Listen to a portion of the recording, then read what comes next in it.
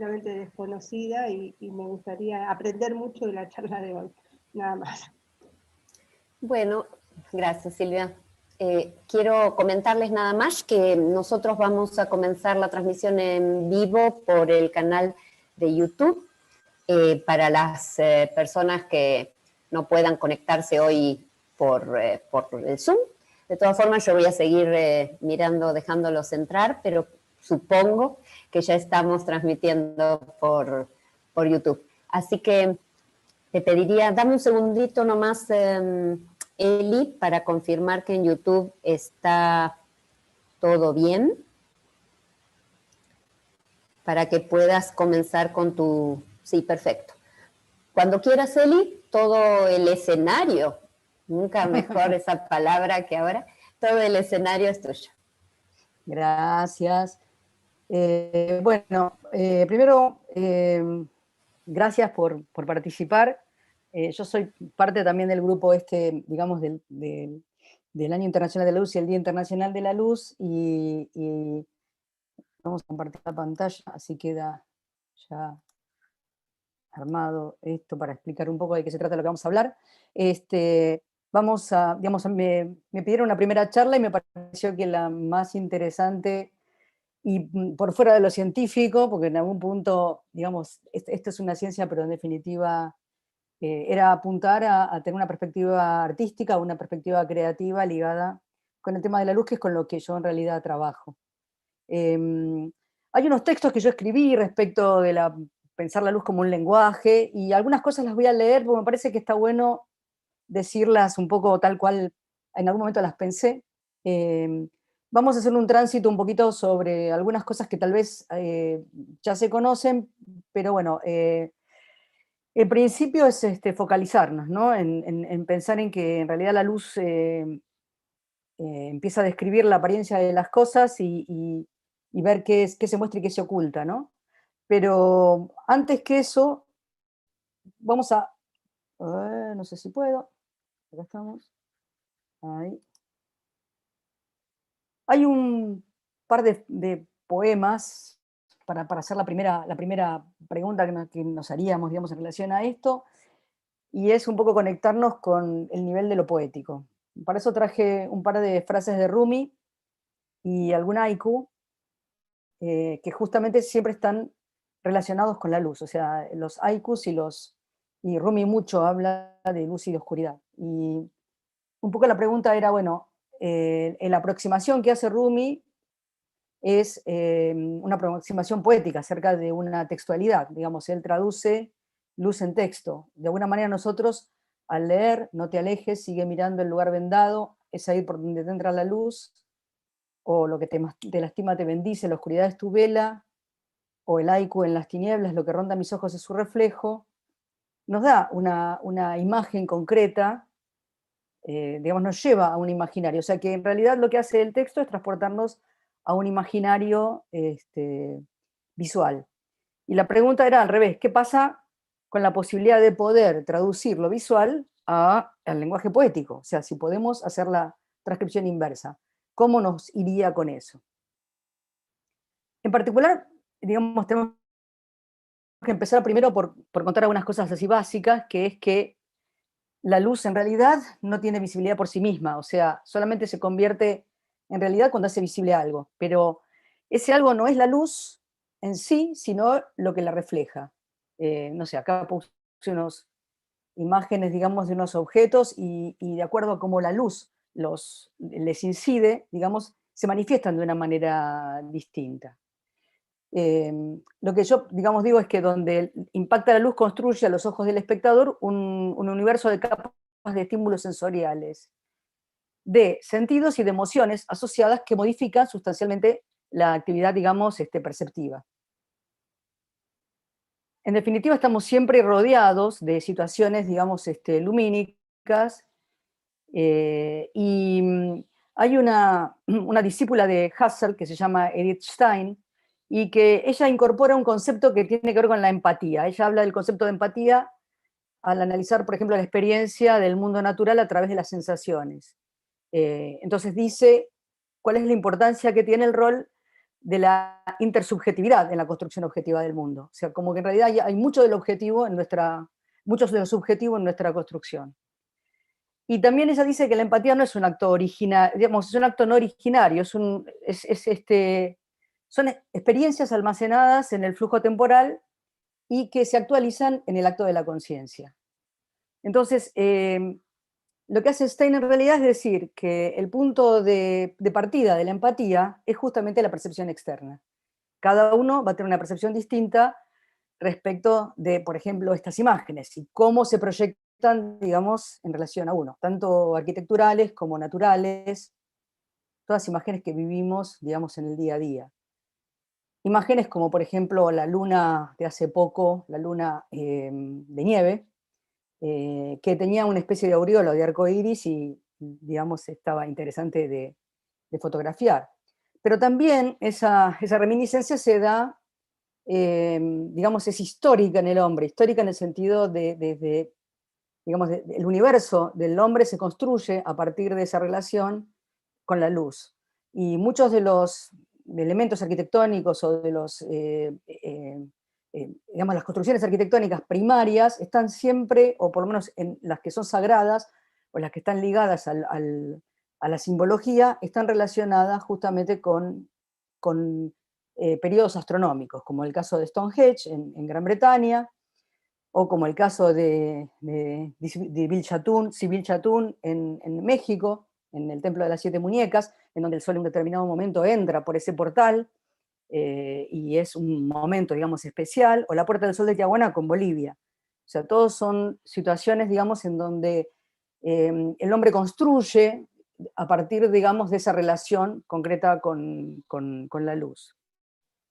Entonces, el mundo de alguna manera se ordena y se simboliza a partir de estos estímulos visuales. Y este acercamiento sensible o primitivo hace que nuestra percepción del mundo y la realidad se transforme de una determinada manera y nos enfrenta a nosotros, como diseñadores de iluminación, en tomar partido respecto de esas situaciones.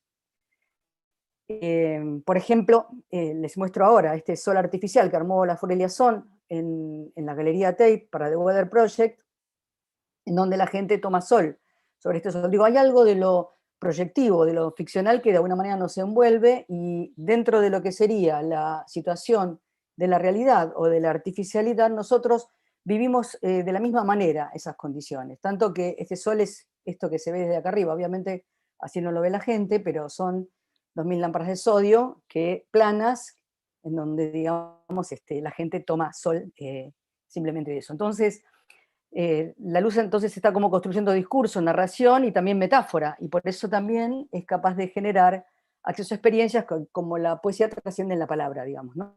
Y también trasciende en la materialidad de la imagen en sí.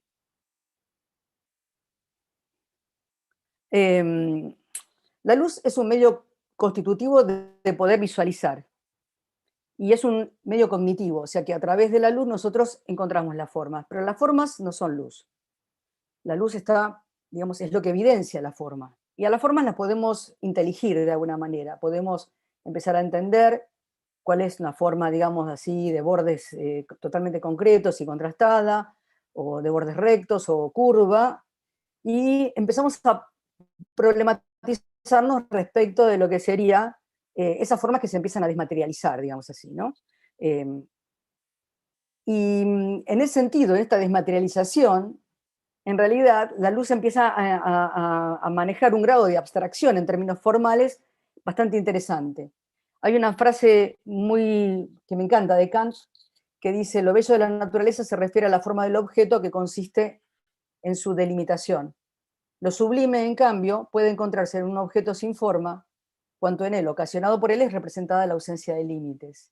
Esto lo dice la crítica del juicio, y a mí me parece que está muy referido a una opinión que podemos tener acerca de cómo se maneja o cómo se sostiene la luz en términos de esto, o sea, cómo podemos encontrar particularidades ligadas a esta situación.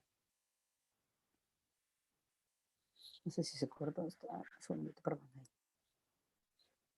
Entonces empezamos a pensar en la luz como medio constitutivo, de alguna manera, de la posibilidad de visualización, pero a la vez esta situación o esta posibilidad nos permite evocar, digamos, infinitudes de lo que sería lo que no está condicionado, porque no hay forma que lo pueda asimilar, sino que es cualquier forma la que puede llegar a obtenerlo, y lo que hace es que justamente, de acuerdo a la frase que dice, digamos, Kant, uno se puede haber desbordado por esa experiencia, dando lugar a la experimentación de lo sublime.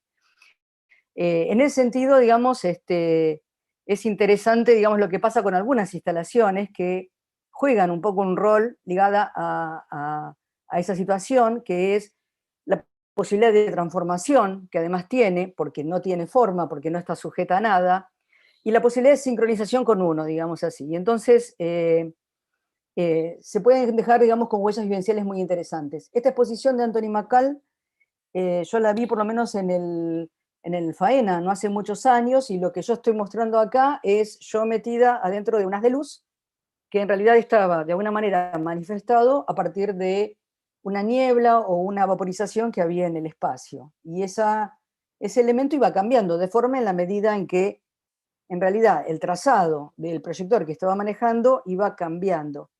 Es interesante cómo de pronto la vivencia que uno tiene respecto de cuando se mira la cosa, digamos, hacia arriba y cuando uno mira el piso, cómo es diferente, digamos así. Pero en definitiva es todo reflejo, o sea, es luz reflejada en piso de una determinada manera porque se refleja de determinado modo, y es luz reflejada en la vaporización, digamos, que nos da un contexto totalmente distinto y donde uno puede como sentirse involucrado dentro de eso. Y así como esta desmaterialización es posible percibirla porque la luz se percibe solamente reflejada, pero claramente se puede reflejar sobre agua o sobre vapor, también tenemos experiencias ligadas a eso en construcciones, no solamente artísticas, bueno, lo tenemos todos los días con las gotas de lluvia con las que vivimos. Todo lo que muestro no es algo ni más ni menos que lo que es común, digamos, percibir en general. Pero hay obras, las instalaciones, y Olafur Eliasson hace un trabajo muy interesante sobre agua, en donde, bueno, hace una manifestación en donde el agua se visualiza de una determinada manera. Esta es una obra que hace Olafur Eliasson, en donde, bueno, la luz está puesta, digamos, de buena manera, y esta es la que más me gusta a mí. Y esta es Beauty, es una obra que es un arco iris flotando en el aire, y es agua. La gente pasa alrededor de ese arco iris, hasta puede sumergirse, digamos, si uno quiere en el arco iris, y es de la manera más sencilla, pero digo, esto es simplemente una proyección de luz sobre agua. Julio Leparc, que lo conocemos, digamos, es tucumano y perdón, mendocino, uy, me equivoqué de provincia, perdón, mendocino, y en 1960 él, digamos, está en París trabajando sobre las propiedades ópticas de algunos materiales y tratando de alguna manera combinar, digamos, su experiencia artística, tratando de encontrarle formas a la forma o formas a la luz a través de ciertas transparencias o permeabilidades respecto de los materiales.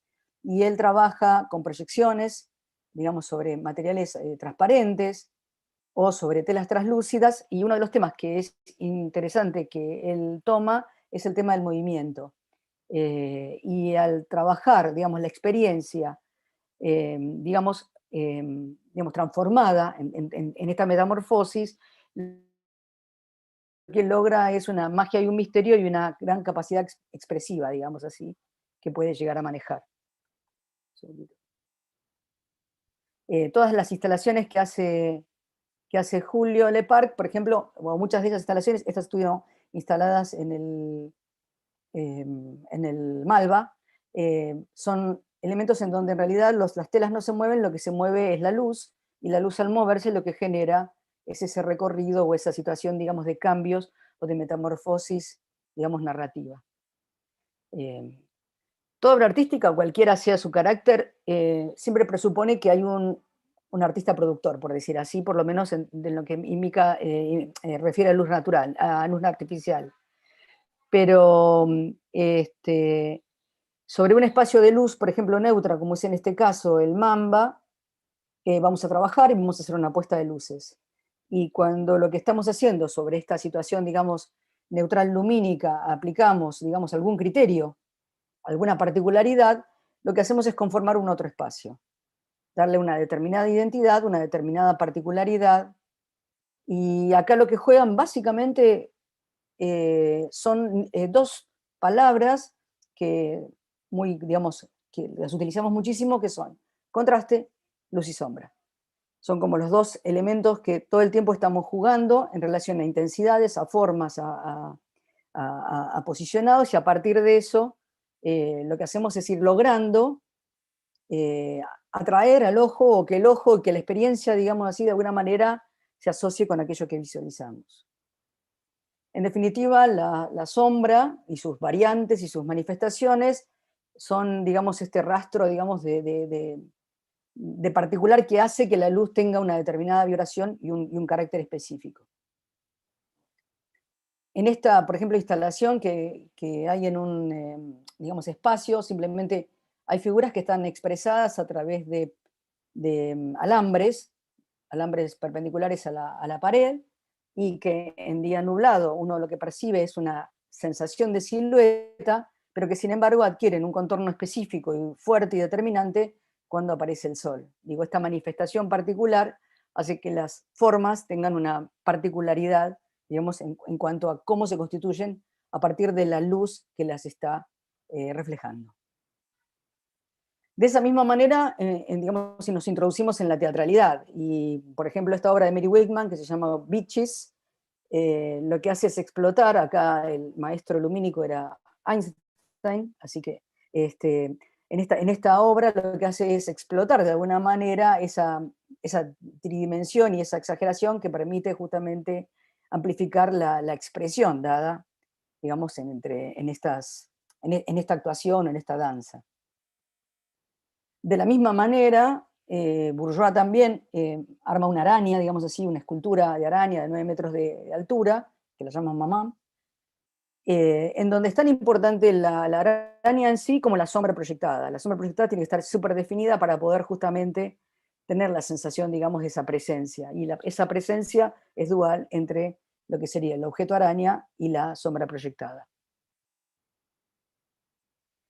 Varios artistas visuales han trabajado con trabajos de luces y sombras, y en donde también hay cierta participación, como por ejemplo en este caso esta obra de Lozano Hemmer, en donde la gente interactuaba, digamos, obturando de alguna manera luces que estaban proyectadas contra una pared, y al obturarlo lo que hacían era permitir ver aquello que sucedía por detrás. Entonces de esa manera lo que lograban era develar algo que estaba por detrás de todo esto. O sea, había una interacción concreta sobre el cuerpo físico, obturando, digamos, esa imagen.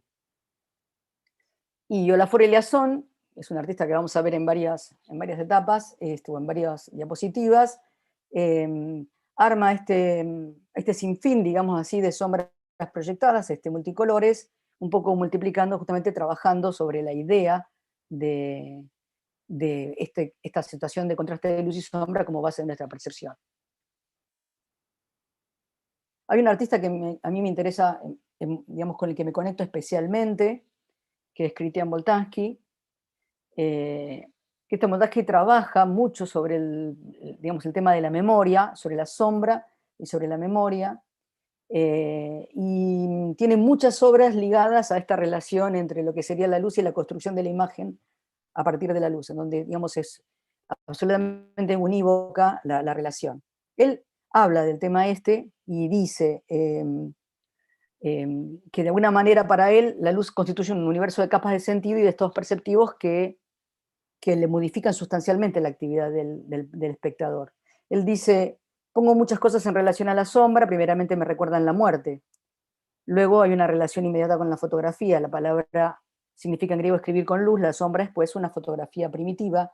Él arma imágenes y en general la memoria está dada por, en algunos casos, historias de gente que existió, y en otros casos fotografías digamos, un poco en homenaje a esa sensación de existencia. Pero también tiene esta solución práctica, por decir así, artística, que es una especie de pequeño elemento que lo que hace es, justamente trabajando con objetos pequeños, magnifica la proyección de las sombras y con eso construye un universo espacial a partir, digamos, de esta maqueta. Él dice, tenía ganas de trabajar con cosas más ligeras que pudiera meterme en el bolsillo. Me di cuenta de que podía al fin viajar con poco equipaje y trabajar con imágenes inmateriales. Y de alguna manera lo que está construyendo dentro de la inmaterialidad es una sustanciación a partir de esas, digamos, de esa multiplicidad, digamos, de formas interactuando entre sí. Hay muchos artistas que trabajan, digamos, con este mismo concepto, digamos así, de la sombra magnificada. En este caso, bueno, es la espacialidad dada a través de un pequeño elemento.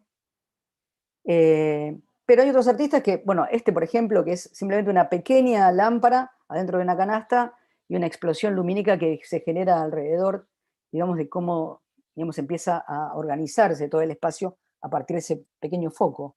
O el trabajo de Cornelia Parker, y que, digamos, de alguna manera remite a una casa destruida. Ella hizo la explosión realmente de la casa, o sea, esta casa está explotada, y lo que está es la foto al fondo de cómo era la casa, pero es una sola lamparita que lo que hace es multiplicar de alguna manera y volver a simbólicamente reproducir, digamos, la sensación de, digamos, de estallido.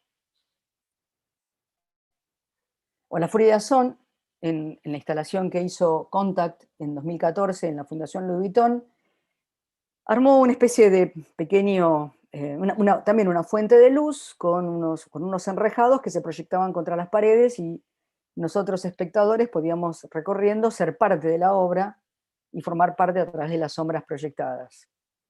Esta es una situación, digamos, la Furia de Azón acá arma un espacio inmersivo, cosa que es distinta, digamos, de los restos de las instalaciones, que eran más bien para ser vistas. Y va más allá, porque digamos, tratando de generar ese espacio vivenciador, y lo que organiza es este horizonte, en este mismo, digamos, lugar en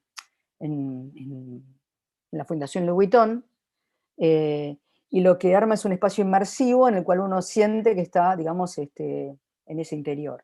Era muy interesante porque el piso era curvo, la línea horizontal, y me la pasé golpeándome contra todas las paredes de los espejos, porque esto está lleno de espejos que lo que hacen es dar la sensación de 360 grados. Capaz que hay alguna forma que ustedes ven que se repita en la imagen, y es porque hay algún personaje que en realidad está viéndose reflejado en el espejo. Pero lo que es interesante es cómo a través de la luz y unos pocos elementos, digamos, físicos, lo que hace es generar un mundo, digamos, 360 grados. Otro artista de la luz muy interesante es James Turrell. James Turrell, digamos, un poco distinto del arte pictórico, él reproduce la experiencia visual a través de lo que él piensa que es una ilusión mimética. Y entonces trata de borrar los límites entre lo material y lo inmaterial. O sea, todo el tiempo él hace esa operación. Él dice, no hay objetos ni imágenes en mi obra, nunca los hubo. Como que en realidad él trabaja concretamente con instalaciones de luz. Bueno, acá tiene una frase él que dice que quiere darle a la luz el lugar que se parece al espacio del sueño. Voy a correr un poquito la imagen esta, eso. Donde uno siente la luz como un algo en sí mismo, no con algo con lo cual se iluminan otras cosas, sino la celebración de la cosificación de la luz, la presencia material, la revelación misma de la luz. Los espacios tienen bordes y por lo menos desaparecen sus bordes. Él trabaja con niveles de contraste y de cero contraste. Y en ese sentido juega con también reproducir formas en el espacio. Estos elementos que parecen que son elementos tridimensionales, en realidad son proyecciones sobre la pared, el piso, sobre los tres lados.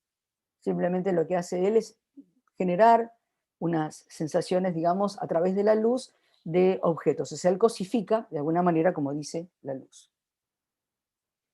En el Guggenheim de Nueva York montó en el 2014, en homenaje a sus 50 años, un espacio de permanente cambio cromático que era casi imperceptible, o sea, era 1 hora y media o 1 hora, creo, 1 hora 10, estimé más o menos, de cambios en donde uno imperceptiblemente iba pasando por una cantidad de situaciones de luz. Una tremenda instalación que era una especie de, yo lo llamaba una gran sala de cromaterapia, y era muy especial lo que sucedía ahí, más allá del tema de la comunión, el estar inmerso dentro de ese espacio y en esas condiciones exposiciones era... Él dice que en realidad con estos efectos quiere inducir al espectador en un estado de autorreflexión, en donde pueda observarse a sí mismo mirando. Eso es lo que a él le interesa. Y es una especie de ilusión que él arma hipnótica o desestabilizadora, justamente porque para provocar en el espectador lo que él denomina digamos, sensaciones prelingüísticas, o sea, aquellas que están anteriores a la palabra. Y dice que esa es la manera que él tiene de poder llegar a ese espacio. Si realmente la luz, y yo creo que sí lo hace, la luz llega a ese espacio, es muy interesante porque en realidad esto es anterior, digamos así, o es un concepto previo y anterior a lo que sería, digamos, un estado cultural. Esas manifestaciones a veces se han dado también en términos, digamos, de formalidades. Esta torre ya creo que no existe más, es una que hizo Toyo Ito, un tanque de agua, en donde lo que se hizo fue una manifestación o una especie de ornamentación, en donde el tanque empezó a tener características diferentes y diversas en función de las particularidades lumínicas que iba, digamos, sosteniendo. Y yendo al paisaje, existen artistas como Bruce Munro, que de alguna manera lo que hacen es armar jardines lumínicos. Estos no tienen fecha ni nombre porque están en todo el mundo. O sea, él se ha dedicado a armar estas instalaciones de jardines lumínicos. En el mundo son grandes praderas, digamos así, que se extienden y que uno puede disfrutar, digamos, de estos espacios recorriendo estos jardines de luz. Lo que tiene interesante en ese sentido es que uno puede empezar a acercarse a la condición metafórica, digamos, ¿no? O sea, en algún punto, cuando uno, no sé, piensa la luz, eh, eh, lo pensamos en términos metafóricos o en términos dramáticos. Eh, y nosotros podemos hacer que también que la luz sea el gran protagonista del espacio, como en algunos casos, digamos, puede ser un actor. O sea, digo, en este caso es pura presencia lumínica la que de alguna manera organiza y da cuenta de lo que sucede en el espacio, y poéticamente o metafóricamente podríamos imaginarnos un bosque de bambú o una ciudad junto al lago o un recorrido de un agua en función, digamos, de esa sensación particular que empieza a dar. Y ahí empezamos a adentrarnos un poquito en la posibilidad narrativa que tiene la luz, la posibilidad de contar historias o la posibilidad de transformar los espacios en sí. Uno de los temas significativos con los que nosotros trabajamos tiene que ver con la pregnancia visual, que tiene que ver con hacia dónde va nuestra digamos, energía en función de lo que nos propone la luz. Y, por ejemplo, en este espacio, que es un espacio absolutamente neutro, un ejercicio de un workshop, de pronto se nos constituye, digamos, una imagen o una composición a partir de la luz, que luego se convierte en otra cosa a partir, digamos, de cambios lumínicos sin que en el espacio haya una mínima, digamos, diferencia en términos de su contorno, de su espacialidad o de su forma. Eso sería un poco lo que, digamos, nos pasa constantemente respecto al tema de la luz. Y esta situación nos permite a nosotros empezar a pensar en que la luz tiene una participación dramática en el espacio y una participación narrativa en el espacio. Entonces podemos empezar a hablar de una narrativa lumínica con recursos propios que se dan a través de la interacción de las distintas propiedades que tiene la luz.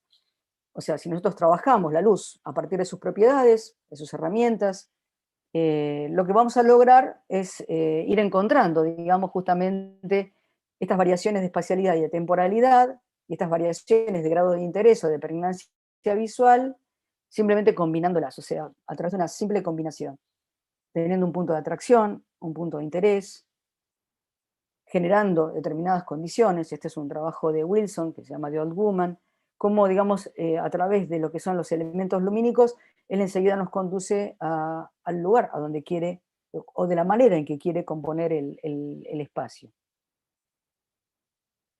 En esta pared, por ejemplo, Wilson, digamos, tiene esta situación, y en la metamorfosis de la transformación temporal, al aparecer personajes y elementos, ya nos convierte ese espacio en otra, digamos, particularidad.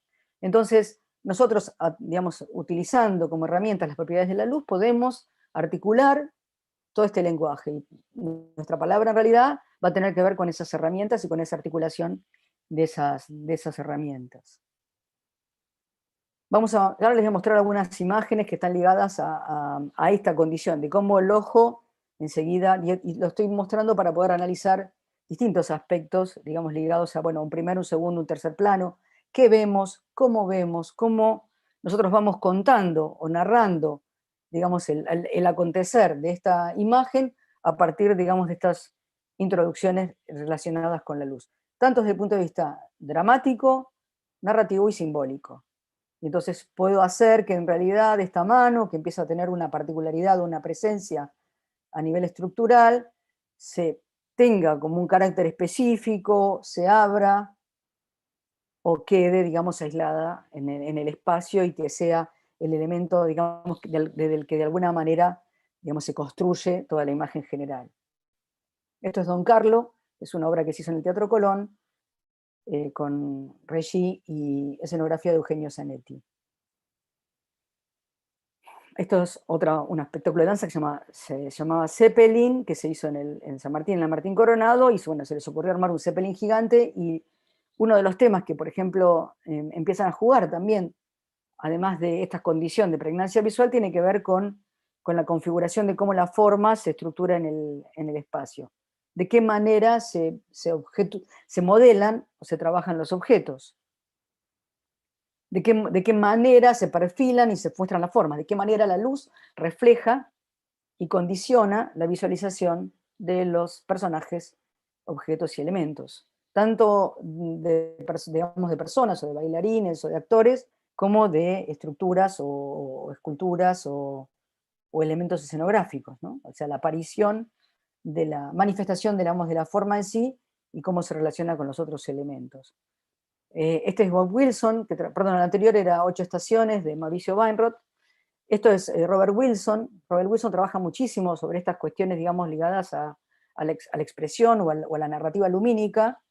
Es un gran contador con la luz. Ya vamos a ver un ejercicio, digamos, que él arma, en donde, bueno, de pronto puedo destacar a un personaje a partir, digamos, de una iluminación que lo separa del resto y que de alguna manera individualiza esa particularidad, digamos, en este caso, de la iluminación frontal definida que perfila, digamos así, y contrasta con el resto de los personajes.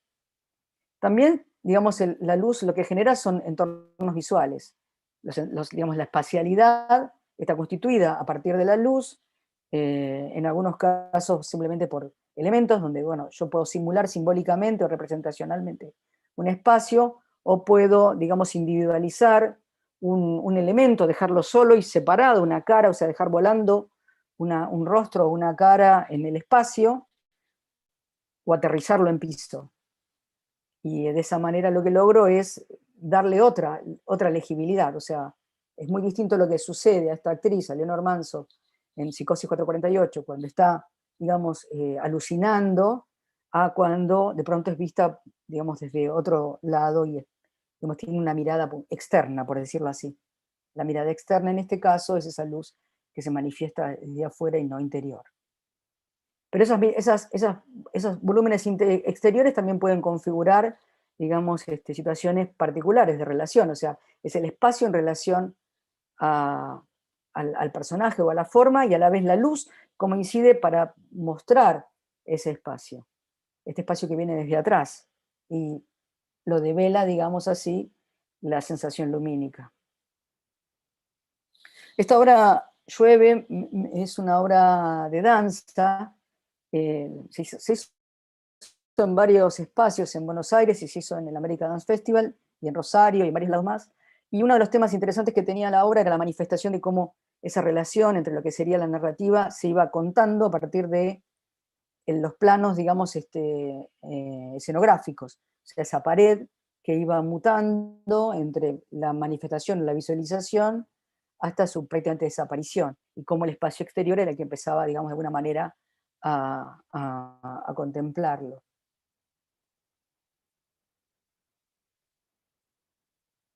A veces, en algunos casos, se dan situaciones simbólicas, ¿no? O sea, miramos esta imagen la uso muchísimo, y digo, bueno, ¿qué ven? Generalmente me contestan cielo, luna, aire, y digo, no hay nada, es un piso, una pared, gente, digamos, sentada, pero la luz es lo que está generando, el color, digamos, en particular, la forma de la luz, hay una articulación, digamos, de la narrativa lumínica que hace que me cuente cielo. O que me cuente frío, acá, a partir de esa narrativa lumínica. O que me cuente calor, acá, cuando estoy, digamos, de alguna manera organizando las cosas en una mímesis que uno automáticamente asocia a lo que sería el fuego. Entonces, en esa mímesis que uno logra representacional, ahí uno, digamos, ancla de alguna manera la sensación y ese, digamos, ese mensaje o esa comunicación que termina, digamos, sucediendo hacia el espectador. En algunos casos también puedo llevar al espectador a una época muy, digamos, antigua, lo que sea, por ejemplo, en este caso 1725, esto es Rodelinda, y es una obra de Händel, y bueno, se armó una luz que de alguna manera intentara reproducir este teatro barroco. Y el personaje, además de las vestiduras y el coso, si no tiene una luz que de alguna manera le da contexto, digamos, pierde esa esencia particular. O puedo también trabajar en términos de color y de paleta, con una situación casi monocromática, pero hay objetos que tienen color, como el caso de las flores rojas. Hay algo de la articulación en donde uno puede intencionar determinadas características particulares de colores para poder lograr, inclusive, dar esa sensación digamos, de monocromático, elemento monocromático, a pesar de que en realidad el color se lo visualiza. También podemos manejar la temporalidad y generar, digamos, la narrativa, en vez de a través de estas señalizaciones, a través de manifestaciones de cambios climáticos. En este caso es una escenografía en donde va amaneciendo, y a través del amanecer lo que uno va logrando es sintiendo el aire que está, digamos, en el espacio y que va creciendo hasta que se hace, digamos, en un pleno día. Esta gradualidad, si yo logro tener una gradualidad casi imperceptible, un poco como maneja James Turrell, logro generar esa sensación de transcurso del tiempo, obviamente no en el tiempo real, sino en un tiempo ficcional, que es el tiempo de la narración lumínica, de la narración dramática. Hay otras historias que se pueden contar también relacionadas con, por ejemplo, con lo espectacular. Estas son las ruinas de San Ignacio. Este es un show multimedia que existe hoy día todavía, con proyecciones. Estos son los pórticos proyectados en video, pero necesitaban una iluminación que de alguna manera contara también cosas. Entonces, la iluminación se articuló con las imágenes proyectadas, que están proyectadas en agua, para evitar que existiera alguna interferencia, digamos, visual respecto de la condición de ruina.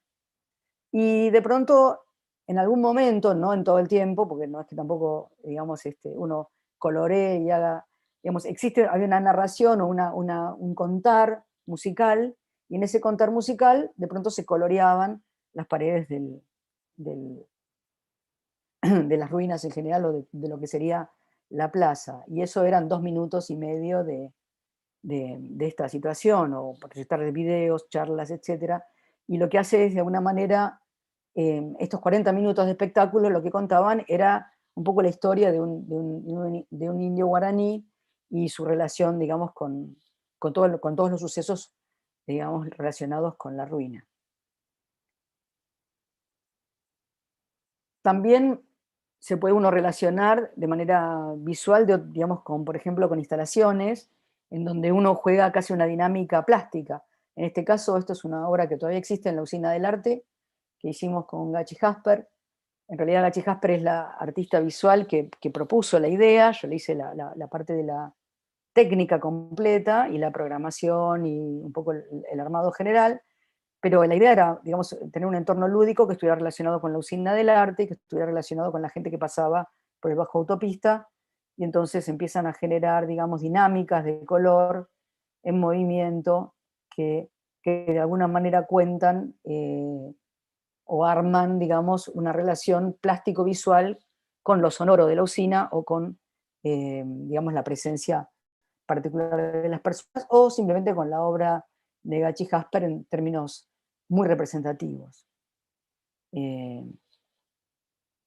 Esto sería lo que estaría como funcionando dentro del sistema, y esos eran unos 160 paneles, casi píxeles, que de alguna manera lo que hacían era contar o narrar o jugar o musicalizar, o sea, de alguna manera lo que hacían era representar visualmente una música. Yo les decía que hay un artista, digamos, que trabaja muchísimo que es Bob Wilson, que trabaja muchísimo con lo que sería la construcción concreta de la representación dramática de la luz, y siempre traigo a colación, en realidad lo traigo a colación siempre porque digamos, le pedí utilizarlo a Wilson y me dijo que sí, que lo podía usar y publicar, digamos así. Y él acá lo que tiene es una narrativa, una especie de storyboard ligado a frases o a conceptos que tenía que ver con Lohengrin. Entonces él construye Lohengrin a partir de estas situaciones formales de luz. Digamos, esta es la obertura, donde empieza a contar de alguna manera a través de los dibujos y del texto qué es lo que le está imaginando, siempre en términos lumínicos. Luego el primer acto, en donde, bueno, qué pasa con las líneas de luz que se oscurecen, se aclaran, cómo juega, digamos así, y cómo esta dinámica lumínica para él es absolutamente significativa en términos de lo dramático y de lo musical. Y él lo hace, o sea, estas son las fotos digamos, del trabajo concreto que hizo Wilson sobre Lohengrin. O sea, no es que está diciendo una línea es una línea, pero son líneas verticales que tienen un determinado contraste respecto del fondo, que se articulan de una determinada manera, que entran y salen, y lo que juegan es una situación, digamos, particular en términos de bordes duros y blandos y de cómo se articula un elemento con otro. Digamos, de pronto esos elementos se ponen oscuros y tienen ganancia, y empieza a generar, digamos, esta dinámica narrativa que tiene la obra a partir de estos, por ejemplo, efectos ligados a la luz. En otras obras, él tiene una obra en particular, y hay una obra en particular que me interesa, esta que se llama Poetry, o sea que él lo que hace es intentar hacer un abordaje poético, digamos, acerca del tema de la luz, y bueno, este es el imaginario que él plantea ligado a eso, donde, bueno, cómo entran los personajes, de qué manera se articulan, qué cosas empiezan a suceder, y cómo esa dinámica puede llegar a ayudar a manejar, digamos así, la sensación ligada no sé, de la metáfora, digamos así, ¿no? Lo que él trata de lograr de alguna manera es esa sensación, ese vínculo metafórico, o ese vínculo, digamos, de palabra visual, imagen, luz, que pueda, digamos, establecer una relación con el público. Estos hombres sin cabeza son súper interesantes. Empieza como a generar esas sensaciones que de alguna manera, la pregunta es, ¿se parecen al haiku, a los primeros haikus que traje? ¿Se parecen a las frases de Rumi? O estos elementos que de alguna manera en una dinámica particular y en el poder de la transformación se convierten en ojos que miran y generan una determinada dinámica específica. A veces las situaciones poéticas no son, digamos, de tanta envergadura a nivel tecnológico. Esto es, justo hace poco estaba recordando esta obra de Gereto, que se llama Como quien oye llover. Como quien oye llover es una obra que se puso en varios teatros, es el teatro en Rosario, y en algún momento él pensaba en el espacio de Gálvez donde él vivía, y el bosque y la sensación de bosque. Y bueno, buscando, bueno, ¿qué hacemos? Una proyección, no queda, es como que todo quedaba como artificial. O sea, si yo pongo una proyección, lo que hago es una imagen que intelectualiza la situación. Y entonces lo que se nos ocurrió fue trabajar con una maqueta iluminada que se amplificara, más al estilo de lo Christian Boltanski, un poquito esa sensación. Y entonces armamos esto, que son unos árboles de tomillo y alambre, con unas latas que tenían adentro unas pequeñas luces, que cerca, a esta distancia, podían proyectar esas imágenes. Y luego cuando se hizo en la plaza se multiplicaron los bosques en 2 bosques, o sea, armamos 2 bosques maqueta que de alguna manera organizaran ese espacio de luz. Y ese universo empezó a tener, por las características que tenía la expresión o la manifestación lumínica, una poética que no tendría una imagen concreta, específica, definida. Esto era una especie de el bosque de Juan.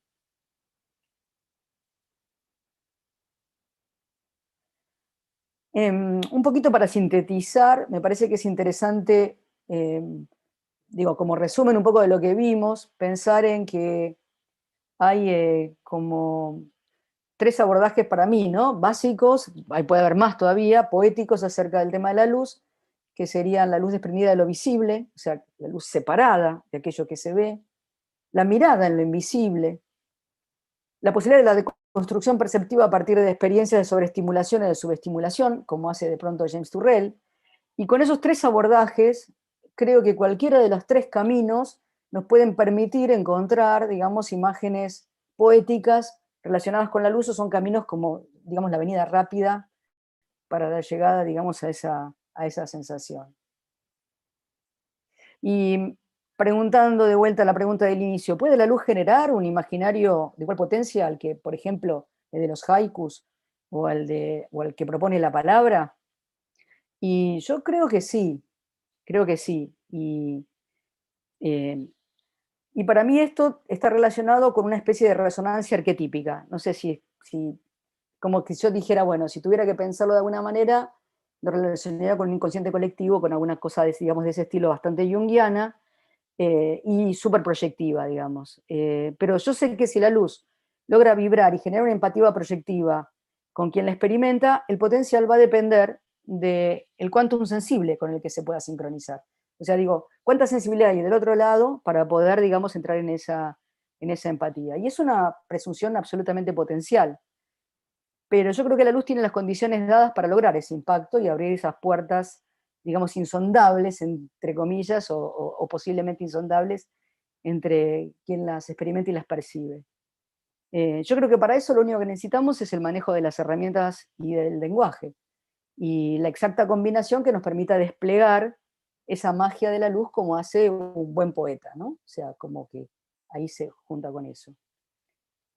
En realidad, si tengo que elegir escenas que me gusten o que me encanten, y digo, bueno, si vos tuvieras que elegir, ¿cómo representarías la poética de la luz? Yo la representaría en el eclipse, en el arco iris, que encuentro a veces en un vidrio, en cualquier mesa de bar de cualquier lado, o en el fuego. Y el fuego es el lugar en donde me puedo quedar años, días, horas, digamos, en esa manifestación particular que tiene y que todo el tiempo me permite proyectar y entrar, digamos, de alguna manera arquetípica en ese inconsciente colectivo en el que me puedo fusionar sin ningún tipo de problema. Bueno, eso era lo que les quería contar. Ahora dejo de compartir. Ahí estamos. No sé si alguien tiene preguntas o alguna cosa. Yo quería darte las gracias primero y antes de dejar que los demás pregunten, soy media charlatana. Pero te digo que los 3 ejemplos que diste, el del eclipse, el del arco iris y el del fuego, no es solo para vos. Es decir, ahí yo elegí. No, creo que si a la gente se le hiciera una encuesta, probablemente estarían de acuerdo con vos. No sé si todos, pero una enorme cantidad de personas, inclusive con la poca probabilidad que uno tiene de ser protagonista de un eclipse, y cuando uno dice, no te lo pierdas, hacé lo imposible, pero anda, y no te creen, y si les toca, porque pasa ahí pues, cerca de su casa, como sucedió en la Argentina durante 2 años seguidos, te vuelven a contactar para decirte, tenías razón, nunca me imaginé que un eclipse podía despertar tales sentimientos. Y estoy totalmente de acuerdo con vos respecto de esas cosas que son casi arquetípicas y que a veces cuando estamos muy metidos en la ciencia, nos olvidamos de que la gente tiene esa percepción del mundo y no tiene ni idea de las ecuaciones de Maxwell. ni de nada, y que uno puede apelar a esa parte poética, si se quiere, para llevarlo a la observación del mundo natural también, probablemente desde más de una perspectiva. Así que, bueno, me encantó la charla, por supuesto, y me encantó que cierres con estos ejemplos que también han cambiado la mente del ser humano. Es decir, mirar los eclipses nos cambió, crear el fuego, inventar el fuego, descubrir el fuego nos cambió, mirar el arco iris nos cambió. Entonces, creo que, bueno, que está buenísimo. Me gustó mucho. Como astrónoma, te lo digo, me encantó. Sí, sí. Yo tuve igual una panzada muy interesante que nunca me había pasado en la vida, que fue el último viaje que hice desde la costa de Mar del Plata hasta Buenos Aires. Pasó algo muy raro en el clima, y era que del lado izquierdo estaba atardeciendo, del lado derecho había una tormenta terrible con rayos. Entonces, tuve durante los 400 kilómetros arco iris con todo el tiempo continuo, perfecto, que iba cambiando y hasta circular y lo que sea. O sea, era un espectáculo, digamos así, todos los 400 kilómetros, porque no paró nunca, y era simplemente una situación que digo, bueno, a ver, es muy raro que se dé esto de que tenga el atardecer con el sol pleno bajando, y del otro lado, un vendaval, digamos así, una tormenta terrible. Súper interesante, y digo, digamos, fue un súper gran disfrute. No quería digamos, avasallar con el tema de las fotos de eso, porque no tenía ningún sentido, pero sí realmente esas experiencias son experiencias que no tienen posibilidades de poderse ni siquiera relatar. Así es. Así es. Es ese pensamiento sin palabras que dice James Turrell.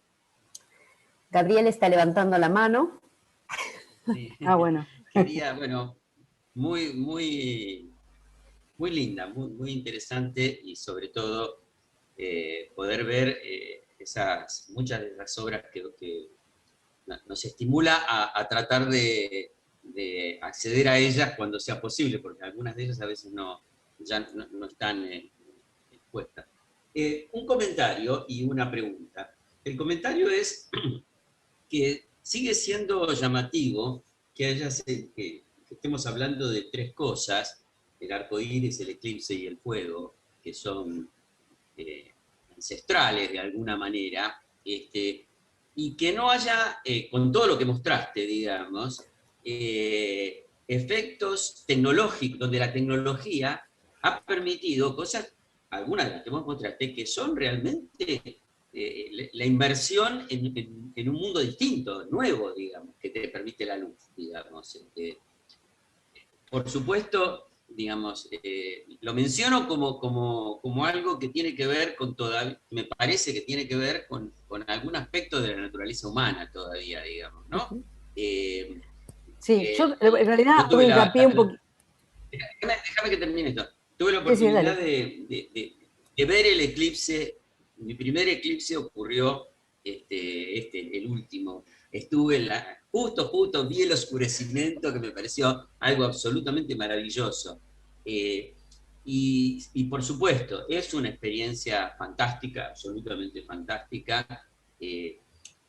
No me canso de sacarle fotos a todos los arcoíris que veo, me pasa lo mismo, y bueno, horas mirando el fuego.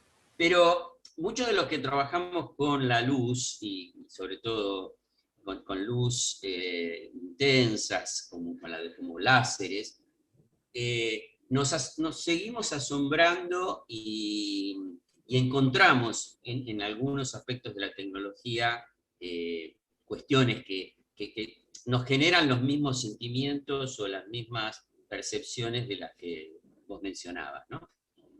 Ese es el comentario. Si querés, después te hago la pregunta. Sí. Dale, haceme la pregunta.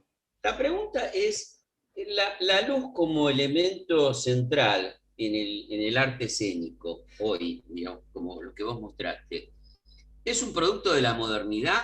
Quiero decir, ¿cuál era el lugar de la luz en el teatro griego, por ejemplo? Hoy es un elemento fundamental, decisivo, central, digamos, casi. Pero, ¿qué pasa históricamente, digamos, ¿no? ¿Cómo? Bueno, sí. Mira, vos te referís a luz artificial. claro. Porque la luz No, natural siempre tuvo no. una... No, también podría ser el manejo de la luz natural, digamos, ¿no? El problema Bien, es manejar sí, la luz, o sea, en el sentido de lo que vos planteabas, la luz como un elemento que forma parte de la obra, digamos, ¿no? sí. ¿Aparece en el teatro griego? Bueno, por supuesto, Sí, con luz aparece, natural. en realidad aparece siempre. El tema es cómo aparece. Por ejemplo, en algunos casos la luz se la toma de manera simbólica, o sea, pone representacional. O sea, algún objeto de luz entrado en un escenario implicaba que era de noche, aunque era de día. Había como una cantidad de cuestiones, digamos, ligadas a lo referencial. El tema más importante, digamos, que se da en la luz en términos espectaculares, digo, porque en realidad, si yo tengo que decirte, digamos, que conozca yo, quién es el primer, digamos, artista teatral o narrativo, digamos, de la luz, en realidad son en realidad los egipcios, cuando lo que hacen es hacer un hueco para iluminar Luxor el día tal, cuando digamos, para el tema, digamos, cuando, digamos, en determinada fecha iluminar a los dioses, y es el único momento en el cual los dioses entran en luz. Digo, y esas cuestiones que están ligadas en algunos casos mucho a lo religioso, son desde el origen de la religión. O sea, la religión ha manejado, se ha manifestado a través de la luz de manera simbólica o de manera representacional constantemente. O sea, entonces tenemos en realidad varios, y bueno, lo que te mostré de Stonehenge, o sea, quiero decir, ya el primer hombre cuando pone la primer dolmen o la primera piedra, digamos así, organiza en función de un sol que va a entrar de determinada manera. Lo mismo que los portales, digamos, de México, los portales de Bolivia, hay portales por todos lados, todavía hoy día hay portales. Sibyl Chaltún estuve no hace mucho, y la verdad que es una cosa increíble ver ese sol bajando en ese equinoccio. Digo, toda esa relación, digamos, con el sol y con la luna tan fuerte que tienen, siempre fue. O sea, esto es algo, digamos, histórico. Desde el punto de vista, entonces, eso es un tema y el hombre todo el tiempo digamos, lo manejó y trató de controlarlo para que todo eso sucediera. Desde el punto de vista espectacular, desde el espectáculo en sí, cuando se hace la representación, ahí hay dos caminos. Uno es el simbólico, o sea, esto de que la luz juegue un papel, digamos, representativo de cuál es la particularidad que tiene, digamos, el personaje que está trabajando o el momento del día, o en algunos casos ya un poquito más avanzada, digamos, con velas, cuando ya empezó a trabajar y el teatro se metió adentro, digamos, de los espacios, había controladores, y los controladores eran elementos, digamos, articulados mecánicamente, que lo que hacían era obturar, por ejemplo, las velas, digamos, o colorearlas, o hacer algún tipo de control. De eso hay manuales, o sea, digamos, en el Renacimiento y en el Barroco, digamos, arman pero una caterva de cantidad, digamos, de material, digamos, relacionado con esto. En realidad, lo vertiginoso empieza cuando viene la electricidad, o sea, cuando Edison, en realidad Edison, porque es el que fabrica, digamos, Edison es el gran productor, Swan puede haberlo inventado, pero digamos, la lámpara eléctrica y logra tener cierta continuidad, a partir de ahí todo se hace más fácil en relación a esto. Y toda la tecnología, digamos, que da, de la iluminación estoy hablando, toda la tecnología de la iluminación va a optimizar, digamos, resultados ligados a hacerla de la manera más efectiva. Ahora, si vos me preguntás, la tecnología de hoy, con todos sus avances y lo que sea, digamos, a mí me parece excelente y es una gran herramienta, pero es una herramienta para mí. O sea, para mí tiene el mismo valor, por decir así, hoy usar un láser que el fuego. Quiero decir, son dos maneras de poder construir una sensación lumínica. No traje a propósito las cuestiones tecnológicas, porque las cuestiones tecnológicas en algunos puntos se nos ponen en contra respecto al tema de lo poético.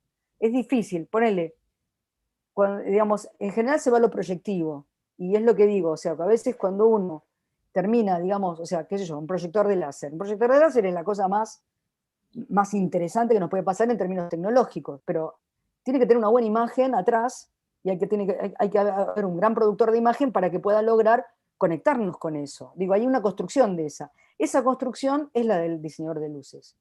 Y entonces el diseñador de luces puede utilizar tanto algo súper tecnológico, sofisticado, como la cosa más, digamos, mínima, digamos, que podemos manejar. Si los conceptos se manejan, la verdad que uno es un mago, digamos, en relación a, bueno, con qué elementos y herramientas elige operar. Esa es la, digamos, la condición. No sé si respondió a la pregunta. Sí, sí, sí, sí, sí. Por eso yo, en realidad, voy a los recursos más sencillitos y no tanto a los más sofisticados, porque a veces en los más sofisticados uno piensa que está muy lejos eso. Porque uno tiene que primero alcanzar la tecnología para luego lograrlo. Y para mí es al revés. La tecnología está a disposición para que uno creativamente pueda disponer de una cantidad de herramientas para poder hacer lo que uno se imagina. Pero primero hay que imaginar. Claro. O sea, hay algo primero que es tener una idea. Tener una idea, tener una emoción, querer comunicar algo. En ese sentido, Eli, cuando uno piensa en una puesta en escena como la de la ópera, ¿no? Que es una cosa muy impresionante porque ahí confluyen muchas artes, los actuales escenógrafos mantienen completamente el estilo de las muestras originales. Yo sé que lo cambian completamente, pero ¿por qué se decide de pronto mantener un estilo clásico en una obra o romper completamente con ese estilo? ¿Qué es lo que marca que el escenógrafo, el director o el regisseur decida realmente romper completamente o mantenerlo? ¿El público, el mismo director? ¿Quién? Yo creo que es el director. Digo, a veces el director hace una interpretación acerca de la obra y esa interpretación él puede imaginársela en el 2050, o sea, en el 2050, o se la puede imaginar como se le ocurrió a Iván Alexander, por ejemplo, en 1725. O sea, cuando él me dijo, voy a hacer Rodelinda como si estuviéramos estrenando, porque era una obra que no se había estrenado en Argentina, como si lo estuviéramos estrenando en 1725, yo me quedé así un poco dura. Le digo, vamos a poner todas las pilas para hacerlo. Y fue un muy lindo desafío porque fue estudiar de qué manera uno podía hoy, con la tecnología que hay, llevarla a 1725, porque yo no podía poner velas en el escenario, porque los bomberos me matan. Entonces, es al revés ahí. Entonces yo digo, bueno, a ver, ¿de qué manera uno puede representar con la tecnología que hay hoy día la luz de la vela? Claro, ¿De qué manera impresionante, uno sí, me encantó. O sea, cómo uno logra, digamos, empezar como a hacer esas simulaciones y esas situaciones. Entonces, yo creo que ahí hay un desafío que está ligado a, bueno, hacia dónde uno quiere llevar un proceso de trabajo y de qué manera lo hace. ¿Qué sé yo? En el caso de Zanetti, por ejemplo, Zanetti es barroco por naturaleza, sus pinturas son barrocas, entonces él pinta eso. Entonces, él lo que hizo fue en las imágenes que tiene en su cabeza y la llevó a, digamos, a ese barroco de la época de Don Carlo. Podría haberla hecho de otra manera. Hay otros Don Carlos que están hechos de otro modo y es otro regisseur, con otra idea, con otra apuesta. Entonces, ahí en lo que se juega en realidad tiene más que ver con el imaginario que está pensando el director concretamente. Y él busca al grupo de trabajo, al grupo creativo, que le permita llevar a cabo esa ruta, digamos así. Es un Sí, poco maravilloso, eso me encantó ver esa ópera así, al estilo tan original realmente. Sí, sí, así como hay otras que son absolutamente planas, digamos, si vos ves los trabajos de Wilson, Wilson tiene un trabajo totalmente plano, pero, qué cosa curiosa, que en la obra, no en Don Carlo, pero en la obra siguiente de Zanetti, que fue Cuentos de Hoffman, que hicimos en el Colón, hay una línea que usa Wilson, que es una línea para, no sé si en algunas de las diapositivas hay una línea horizontal a filo, digamos, del escenario, una raya horizontal que mira al público, una luz tenue, pero una línea de luz. Wilson lo usa eso para justamente acentuar el contraste en el ojo, o sea, que el ojo todavía logre, digamos así, tener negros más profundos. Y con eso lo que logra es justamente acentuar, digamos, la característica del negro. Y entonces, Zanetti lo usó, en las últimas 2 obras lo usamos, y digamos, porque es muy interesante, digamos, el proceso de trabajo que se hace con eso. Entonces hay recursos y cuestiones que la verdad que no hablé porque, digamos, ya me pasé de horario, que están ligados simplemente a tecnología y a cómo determinados recursos se utilizan para exacerbar cuestiones perceptivas. O sea, sobre percepción se puede hacer otra charla completa, que tiene que ver con cómo manipular la percepción, porque en definitiva Yo creo que el diseñador de luces es un manipulador de la percepción. Y en esa manipulación, ahora lo estoy llamando poéticamente y lo trato bien, pero digo, somos manipuladores y lo que estamos haciendo es logrando, digamos, determinados efectos particulares y llevando hacia ese lugar aquello que queremos hacer. Digo, en esa presión hay una manipulación. Yo sé que el espectador lo obligo a que mire para acá, lo obligo a que haga esto. O sea, ¿cómo lo obligo? Le sugiero, sí, le pongo una luz, yo sé que el ojo va derecho, o sea, uso las herramientas legales, por decir así, no es que le pongo Las herramientas legales son conocer mucho de percepción y entender qué va a hacer el ojo cuando perciba eso, o qué le va a pasar a la persona cuando visualice eso. O sea, hago una empatía. Si no trabajo empáticamente, no logro nada. Entonces, si yo logro entender esa empatía, puedo comunicar. Y la luz es un canal derecho. Sí, realmente. Eso. Bueno, no sé si hay alguna otra pregunta o comentario. ¿Puedo hacer otra pregunta? Dale, Gabriel, dale. Eh, eh, ¿Has visto o hay alguien que haya hecho una obra exclusivamente con luz, o sea, una historia, digamos, donde el lenguaje es exclusivamente la luz, una historia contada? No te hablo de sensaciones, no te hablo de transmitir una idea poética en un momento, hablo de una historia, ¿no? Como podría ser digamos, una obra de teatro, digamos, más clásica, pero hecha exclusivamente con luz, y con luz en el sentido de Turrell, o sea, donde ni siquiera utilices, donde el único lenguaje es la luz. ¿Hay algo de eso hecho? Mira, tengo que fijarme. A ver, en general la luz se refleja. O sea que necesitas siempre superficies sobre las cuales reflejar. O sea que no tenés una autonomía, digamos así, total y absoluta, porque la luz no existe per se.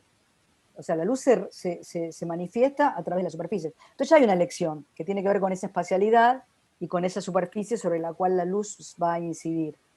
Ya hay una primera cuestión ahí ligada a eso. Después, No, eso lo sé, digo, vos usás este recurso. La pregunta, vos podés, digamos, por supuesto que necesitas para poder ver la luz, la interacción con superficies, eso está claro. La pregunta es si podés contar, o sea, ahora hablo del lenguaje, que la luz sea el único lenguaje, digamos, no hay sonido, no hay personajes, solo la luz contando una historia, digamos. eso, bueno, yo hice una experiencia que fue al revés, que era tratar de hacer que la gente no piense. Se llamaba Máquina Hölderlin, porque Hölderlin dice que el hombre es un dios cuando sueña y un mendigo cuando reflexiona. Y entonces un poco a partir de eso, la idea era tratar de armar una especie de espacio nonsense. Y era una caja cilíndrica, digamos así, una especie de cilindro, en donde sucedían cosas que eran medio ininteligibles.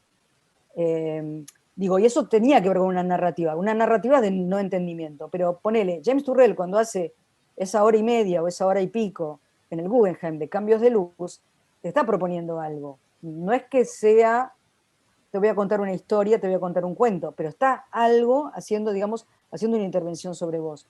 En algunos casos hay algunas situaciones, ahora no se me vienen a la cabeza. Yo creo que se puede hacer algo de esa índole, pero eso depende también de vuelta de la empatía que tenga con vos y de cuánto conozcas vos aquello de lo que están hablando. Porque, digamos, si la relación está dada en términos de muchas cosas, pero entre ellas, básicamente la situación de empatía. O sea, que se pueda empatizar esa comunicación, que lo que yo estoy diciendo sea entendible para vos. Y el entendible puede ser percibible. Pero creo que sí, que hay, digamos, no sé si digamos, a mí lo que se me ocurre ahora para decírtelo rápido, pero lo que pasa es que también está mediado por la forma que está en el medio. O sea, sin forma es el tema del problema, digamos, lo problema. Pero el teatro de sombras es un teatro absolutamente narrativo, digamos, ligada a la luz. Claro. Ahora, obviamente vos lo que tenés ahí es una imagen concreta pero digo, puede ser cualquier imagen, y ya una imagen ya te genera, digamos, una situación. No tiene por qué ser, digo, algo de la índole de lo figurativo, digamos así, ¿no? O sea, uno hace como una forma de luz, y da la sensación de una mariposa que vuela, y vos uno lee mariposa que vuela. Digo, hay una mímesis que sí se puede reproducir tranquilamente. O sea, en ese sentido, no sé si hay una obra específica, pero sí hay pedazos de obra que seguro lo usaron. Sí, Digo, eso es sí. parte del recurso. Ujú. Eso es seguro. Ahora, que una obra esté dedicada a eso, no sé, porque tampoco sé qué ganancia hay en relación a eso. O sea, qué es lo que funciona. Pero bueno, se puede No, probar. ¿Por qué sería, no? lo pensaba en el sentido del lenguaje, ¿no? Sí, sí. Yo, digamos, lo que siento es que hay un lenguaje concreto que tiene que ver con... O sea, yo puedo contar cosas con la luz, seguro. Y puedo contar cosas con la luz de manera autonómica, sin otros lenguajes, sonido, lo puedo hacer, seguro. De hecho, mis alumnos en la UNA, digamos así, en la licenciatura, lo hacen. O sea, tienen ejercicios que son específicamente de eso. Que es contar una historia a partir, digamos, de elementos lumínicos. Entonces, se logra una narrativa. Justamente el problema es hacerla entendible. Entonces, todo el trabajo que tienen ellos es cómo hacer que yo entienda lo que ellos quieren comunicar. En general, yo conozco la historia, entonces lo que hago es corregir las cosas para que sea entendible, pero a la vez podría sorprenderme, digamos así, tratar de, a ver, contame una historia que yo no sé de qué se trata, a ver si me la contaste. Pero trabajan sobre eso, es parte de la ejercitación, pero es un ejercicio, no sé si es una obra de teatro. Sí. Quería comentarte, Eli, que tenés saludos por todos lados. Acá Mario Gallardo, un futuro expositor, te da el presente en el YouTube. Acuérdense que estamos transmitiendo por YouTube. Te saluda Kitsia Martínez Mejía. Dice, gracias por la charla maestra, qué enorme honor y alegría escucharla. Y también en el chat, seguro que lo estás mirando, Verónica y Rita y Silvia te agradecen por la charla. Después te copio este chat que está tan lindo y te lo mando o lo copias vos mismo. Bueno, muchas gracias. Gracias. No sé si alguien más, acá tengo un nuevo mensaje entrando. Sí, Víctor, muchas felicidades, Eli, llegué algo tarde. Siempre muy inspirador escucharte. Y ya que bueno, está en el canal, Víctor. Está en el canal, Víctor. Víctor es parte de... con Víctor tengo una entrevista dentro de poco, porque él está trabajando para para el Día Internacional de la Luz de México. Así que está haciendo una... Sí. Hay varios que son, digamos, de los grupos de otros países que están acá involucrados. Saludo a todos los religionarios y a todos los colegas internacionales que están, Débora, que estoy viendo, y varios más. Y varios, sí, que están por ahí. Bueno. Paula. No sé si tenés alguna pregunta más o si no, la damos por cerrado. No veo, bueno, ahora que me están prendiendo todas las cámaras, estoy dedicada a sacar algunas capturas de pantalla. Si prenden las cámaras todos, saco la captura de pantalla para que aparezcan no somos los casi 30 que fuimos, somos solo 21 ahora, pero fue linda presencia, creo yo. Así que, bueno, he estado haciendo algunas capturas. Bueno, Eli, me gustaría que, ya que abrí yo, cierre Gabriel el encuentro, ya que tiene ahí desde Viedma. ¿Todavía estás en Viedma? ¿Tiene la posibilidad de contactarse desde Puerto Viedma? Madryn, no, Viedma. Ah, bueno, cierto, qué malo. Puerto Madryn, no, Viedma. Más abajo. Puerto Madryn, más al sur, más al sur. Bueno, si quieres cerrar el encuentro de hoy, Gabriel. Dale. Bueno, la verdad, muchísimas gracias, Eli. Muy motivante, muy lindo, muy interesante. Muchas gracias a todos por haber participado. Y decirles que, bueno, que esto recién empieza. La pandemia tiene estas cosas. Por un lado, la desgracia de la no presencialidad, y por el otro lado, la posibilidad de generar espacios de interacción, como recién decías vos, Eli, que trascienden la localidad, digamos, ¿no? Así que vamos a seguir todos los meses con este tipo de charlas, en una dimensión, digamos, bien amplia. La luz tiene un conjunto muy amplio de posibilidades, y entonces las charlas van a ir asociando diferentes temáticas y problemáticas. Así que los esperamos. En principio, la próxima va a ser en la última semana de abril, ¿no es cierto? Si no me equivoco. No quedamos las terceras semanas. Así, la tercera, perdón, la tercera semana de abril. Así que nos volvemos a encontrar entonces la tercera semana de abril, por este mismo canal, y probablemente a la misma hora, digamos. Así que bueno, saludos a todos. Un saludo a todos. A cuidarse y a vacunarse. Bueno, muchas gracias, Eli. Muchísimas gracias. Hasta la próxima a todos. Adiós.